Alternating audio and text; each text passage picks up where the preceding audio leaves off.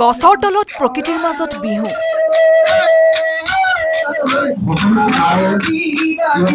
একেলগে বিহু নাচিছে হাজাৰ হাজাৰ নাচনীয়ে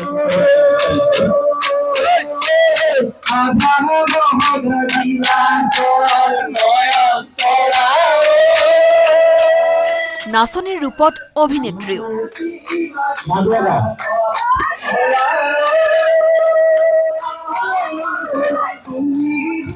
উখল মাখল তিনিচুকীয়াৰ ঐতিহাসিক মৰুতনন্দন কাননৰ বাকৰি সোমবাৰে তিনিচুকীয়াৰ নপুখুৰীত অনুষ্ঠিত হ'ল মটক বিহু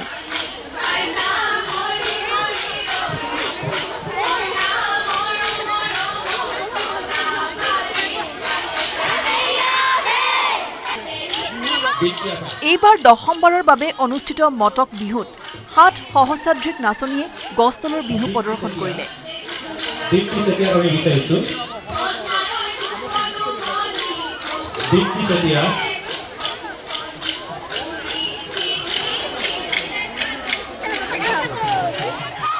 মটক জনগোষ্ঠীৰ যিসমূহ পৰম্পৰা কৃষ্টি সংস্কৃতি আছে এই পৰম্পৰা কৃষ্টি সংস্কৃতিসমূহ ধৰি ৰখাৰ স্বাৰ্থত আমি মটক জনগোষ্ঠীৰ যি গছতলৰ বিহু বিশ্ব দৰবাৰত প্ৰতিষ্ঠা কৰাৰ এটি লক্ষ্য বুকুত বান্ধি তিনিচুকীয়া জিলা মটক যুৱ ছাত্ৰ সন্মিলনে আমি মটক বিহুখনি আমি পালন কৰিছিলো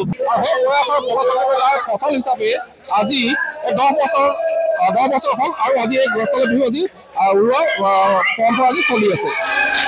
মটকসকলৰ গছতলৰ বিহু চাবলৈ ভিৰ কৰিলে হাজাৰ হাজাৰ লোকে আনকি বিদেশী পৰ্যটকেও অনুষ্ঠানত উপস্থিত থাকি উপভোগ কৰিলে গছতলৰ বিহু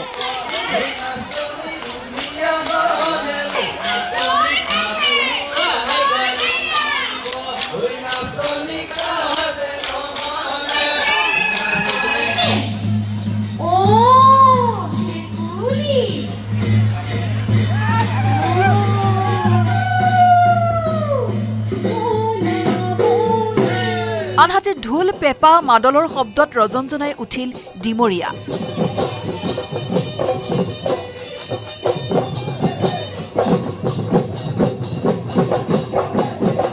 কলঙৰ বাকৰিত আহতৰ তলত জিলিকি উঠিল অসমৰ সোণখেৰীয়া কৃষ্টি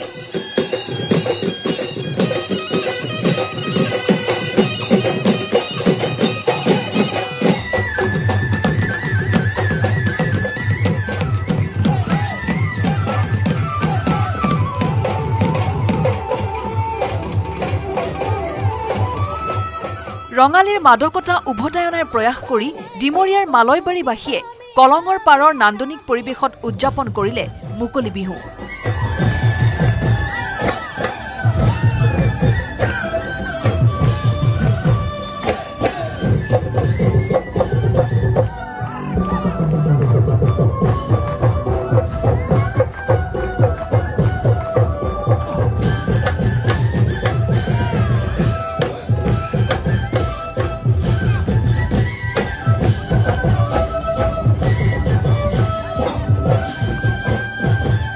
পৰিবেশিত হ'ল বিহু ঝুমুৰকে ধৰি অসমৰ সোণখেৰীয়া কৃষ্টি